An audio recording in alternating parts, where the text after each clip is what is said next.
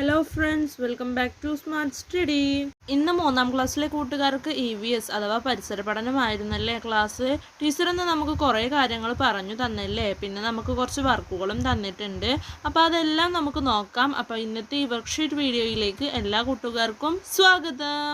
ആദ്യം തന്നെ ടീച്ചർ നമുക്ക് നല്ല കാര്യങ്ങൾക്ക് സ്മൈലിൻ്റെ ഇമോജും ചീത്ത കാര്യങ്ങൾക്ക് ഇതുപോലെ ഒരു ഇമോജുമാണല്ലേ നമ്മളോട് ഇടാനായിട്ട് പറഞ്ഞത്. അപ്പോൾ ആദ്യത്തേത് എന്താണ്?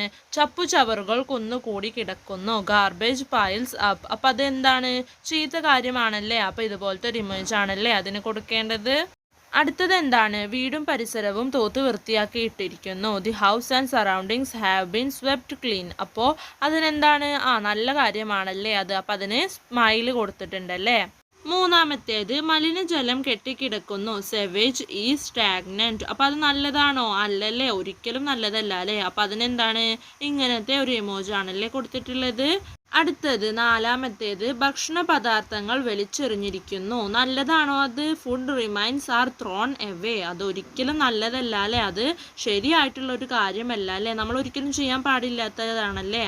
അപ്പം അതിനെന്താണ് കൊടുത്തിരിക്കുന്നത്? അപ്പം അതിന് ചിരിക്കാത്ത സ്മൈലല്ലാത്ത ഒരു ഇമേജ് ആണല്ലേ കൊടുത്തിട്ടുള്ളത്. അപ്പം അത് കൂട്ടുകാർ നോക്കണം കേട്ടോ. അടുത്തത് എന്താണ്? കിണറും പരിസരവും വൃത്തിയായി സൂക്ഷിച്ചിട്ടുണ്ട്, the well and it's surroundings R kept clean. അപ്പോൾ അത് നല്ലൊരു കാര്യമാണല്ലേ. അപ്പം അതിന് സ്മൈലായിട്ടുള്ള ഇമേജാണ് കൊടുത്തിട്ടുള്ളത്. അടുത്തതായിട്ട് പ്ലാസ്റ്റിക് മാലിന്യങ്ങൾ കൂട്ടിയിട്ടിരിക്കുന്നു, പ്ലാസ്റ്റിക് വേസ്റ്റ് ആർ അക്യുമുലേറ്റഡ്. അപ്പോൾ അതെന്താണ്? ചീത്ത പ്രവൃത്തിയാണല്ലേ. അപ്പം അതിന് അങ്ങനത്തെ ഒരു ഇമേജാണ് കൊടുത്തിട്ടുള്ളത്. അടുത്തതായിട്ട് ടീച്ചർ നമുക്ക് കുറച്ച് പിക്ചറുകൾ കാണിച്ചു തന്നു. അപ്പോൾ അതിലെ ആദ്യത്തെ പിക്ചർ എന്തായിരുന്നു? ചപ്പു ചവറുകൾ കൂട്ടിയിട്ടിരിക്കുന്ന ഒരു പിക്ചർ ആയിരുന്നല്ലേ. അപ്പോൾ അതിൻ്റെ മേലൊരു ഇൻറ്റു മാർക്കും കൂടെ ഉണ്ടായിരുന്നല്ലേ. അപ്പോൾ അതെന്താണ്? അത് ചെയ്യാൻ പാടില്ലാത്തതാണല്ലേ. അപ്പോൾ ചപ്പു ചവറുകൾ കൂടി കിടക്കാൻ അനുവദിക്കരുത്, do not allow the waste materials to accumulate. അപ്പോൾ ആദ്യത്തെ പിക്ചറിൽ കാണിച്ചു തന്നപ്പോൾ കൂട്ടുകാർക്ക് മനസ്സിലായില്ലേ. അപ്പോൾ അതെന്താണെന്ന്? ചപ്പു ചവറുകൾ കൂടിക്കിടക്കാൻ അനുവദിക്കരുത്, അതുകൊണ്ടാണ് അതിന് ഇൻറ്റു മാർക്ക് ഇട്ടിട്ടുള്ളത്.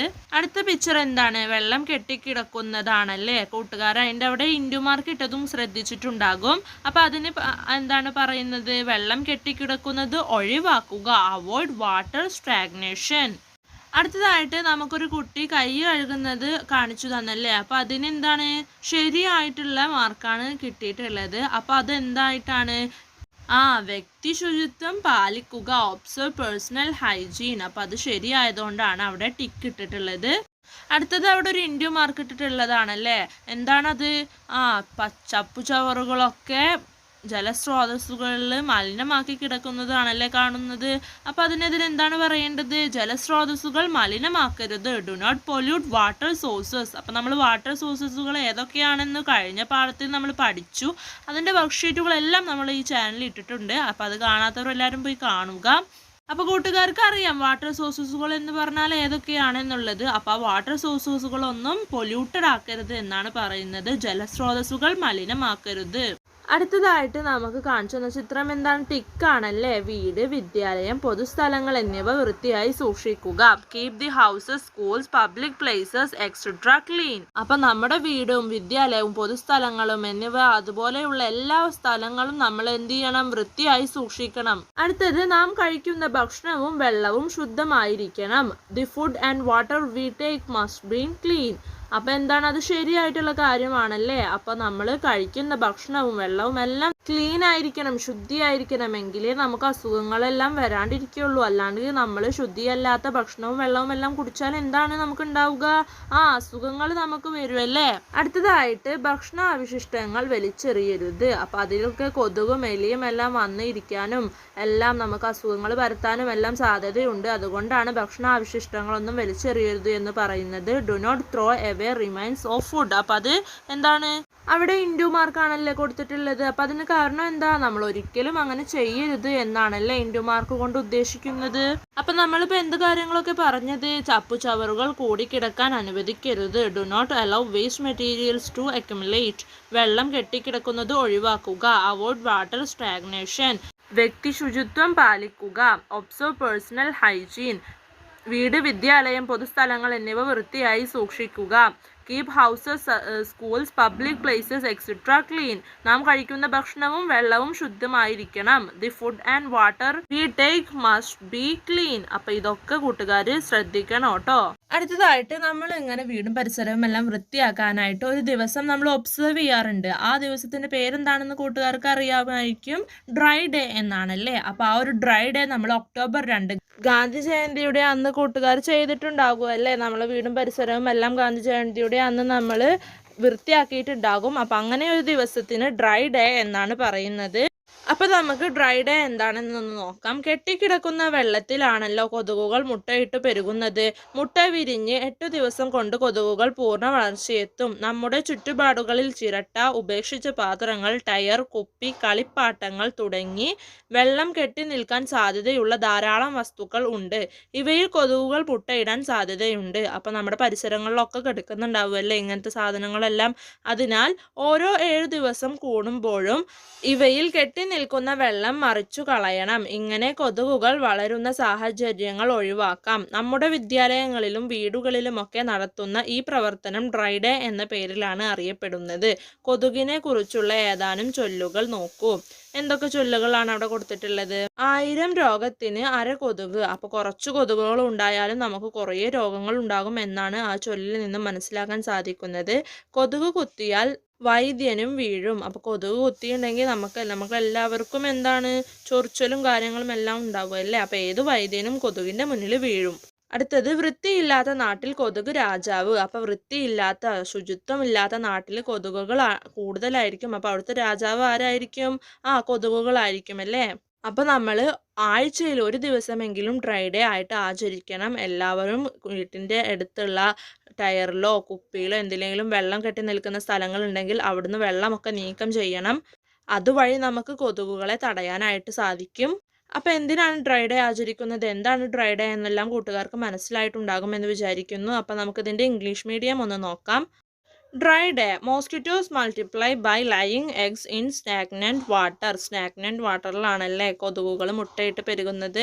The mosquitoes hatch out and mature within 8 days. അപ്പോൾ 8 ദിവസമാണ് കൊതുകുകൾ മുട്ടയിട്ട് പെരുകാനായിട്ട് എടുക്കുന്നത്. There are several objects in our surroundings like coconut shells, discarded vessels, tyres, bottles, toys etcetera in which water can stagnant. അപ്പോൾ water stagnant ആയിട്ട് നിൽക്കുന്നത് എന്തിലൊക്കെയാണ്? ടയറിൽ, ബോട്ടിൽ, അതേപോലെയുള്ള ടോയ്സിൽ, അങ്ങനത്തെ കാര്യങ്ങളിലൊക്കെയാണ് വെള്ളം കെട്ടി നിൽക്കുന്നത്.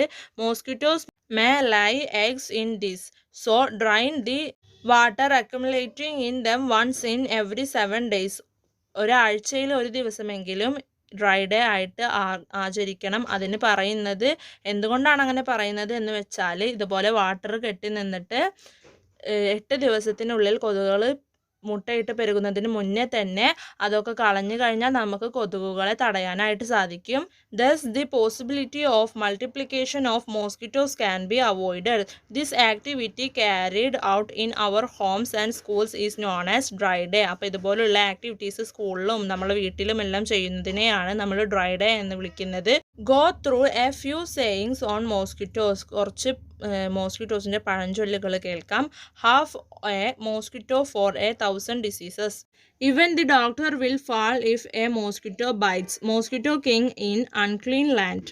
അടുത്തതായിട്ട് വെള്ളത്തിലൂടെയും രോഗം. അപ്പം നമുക്ക് വെള്ളത്തിലൂടെയും രോഗങ്ങൾ പകരണം. അപ്പോൾ അതെങ്ങനെയൊക്കെയാണെന്ന് നമുക്ക് നോക്കാം.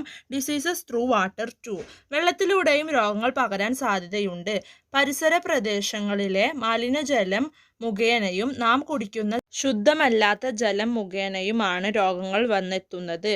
വയറിളക്കം, വയറുകടി, മഞ്ഞപ്പിത്തം, കോളറ, ടൈഫോയിഡ് തുടങ്ങിയ രോഗങ്ങളാണ് ജലത്തിലൂടെ പകരാനിടയുള്ളത്. അപ്പം നമുക്ക് ടീച്ചർ ഒരു സ്കിറ്റൊക്കെ കാണിച്ചു തന്നല്ലേ. അപ്പോൾ അത് കൂട്ടുകാരെല്ലാവരും കണ്ടിട്ടുണ്ടാകുമെന്ന് വിചാരിക്കുന്നു. Diseases through water too.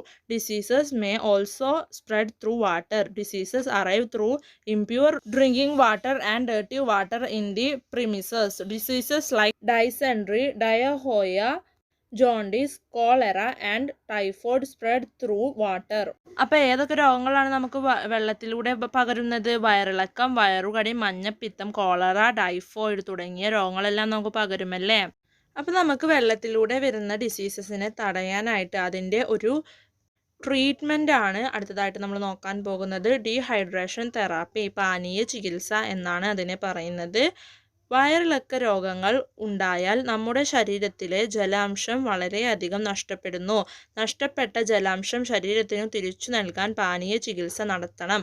When diseases like dysentery are caused, the water content of the body is lost to a large extent. In order to bring back the lost water to the body, dehydration therapy should be carried out. അപ്പം നമ്മൾക്ക് എന്തൊക്കെയാണ് പാനീയ ചികിത്സയിൽ ഉൾപ്പെടുന്നത് എന്ന് നോക്കാം. ഉപ്പിട്ട കഞ്ഞിവെള്ളം, ഉപ്പും പഞ്ചസാരയും ചേർത്ത നാരങ്ങ വെള്ളം, ഉപ്പിട്ട സംഭാരം, കരിക്കിൻ വെള്ളം ഇവ കുടിക്കാൻ നൽകണം. എന്തൊക്കെയാണ് കുടിക്കാൻ നൽകേണ്ടത്? Salted rice water, lime juice with salt and sugar, salted butter milk അതായത് സംഭാരം, പിന്നെന്താണ് ടെൻഡർ കോക്കനട്ട് വാട്ടർ എക്സെട്ര, കരിക്കൻ വെള്ളമൊക്കെ നൽകാമല്ലേ. പ്രാഥമിക ആരോഗ്യ കേന്ദ്രത്തിൽ നിന്നു ലഭിക്കുന്ന ORS മിശ്രിതം തിളപ്പിച്ചാറിയ 1 ലിറ്റർ ജലത്തിൽ കലക്കി ഇടയ്ക്കിടയ്ക്കു നൽകുകയും ചെയ്യാം. അപ്പോൾ ORS കൂട്ടുകാരെല്ലാവരും കേട്ടിട്ടുണ്ടാകുമെന്ന് വിചാരിക്കുന്നു. ORS എന്ന് പറയുന്നത് നമ്മൾ വയറിളക്ക രോഗങ്ങൾക്കൊക്കെ ഒരു മരുന്നായിട്ട് നൽകുന്നതാണ്. അതൊരു പൊടിയായിട്ടാകും. അത് 1 ലിറ്റർ ജലത്തിൽ കലക്കി ഇടയ്ക്കിടയ്ക്ക് കുടിക്കാനാണ് നമ്മളോട് പറയുക.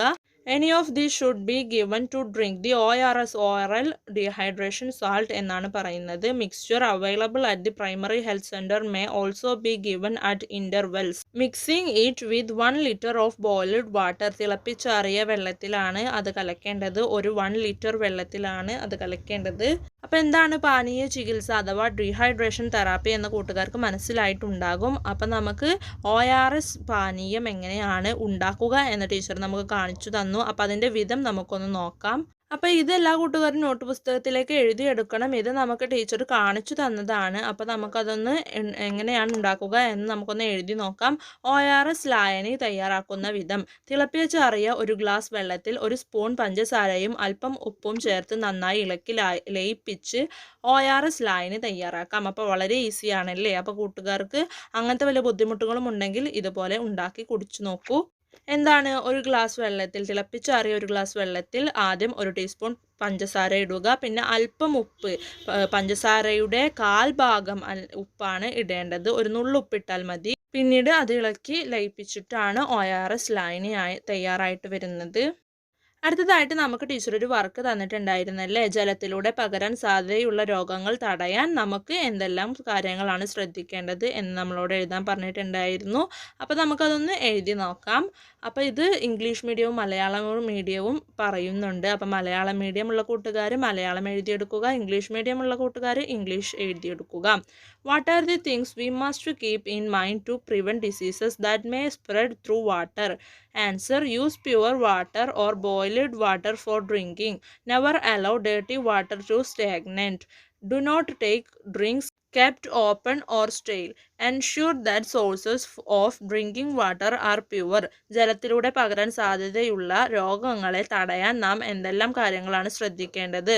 ഉത്തരം: കുടിക്കാൻ ശുദ്ധജലമോ തിളപ്പിച്ചാറിയ ജലമോ ഉപയോഗിക്കുക. 2. മലിനജലം കെട്ടിക്കിടക്കാൻ അനുവദിക്കരുത്. 3. തുറന്നു വെച്ചതോ പഴകിയതോ ആയ പാനീയങ്ങൾ കുടിക്കരുത്. 4. കുടിവെള്ള സ്രോതസ്സുകൾ ശുദ്ധമാണെന്ന് ഉറപ്പുവരുത്തുക. അപ്പോൾ ഇത്രയൊക്കെ കാര്യങ്ങളാണ് ജലത്തിലൂടെ പകരാൻ സാധ്യതയുള്ള രോഗങ്ങളെ തടയാനായിട്ട് നമുക്ക് ചെയ്യാൻ പറ്റുന്ന കാര്യങ്ങൾ.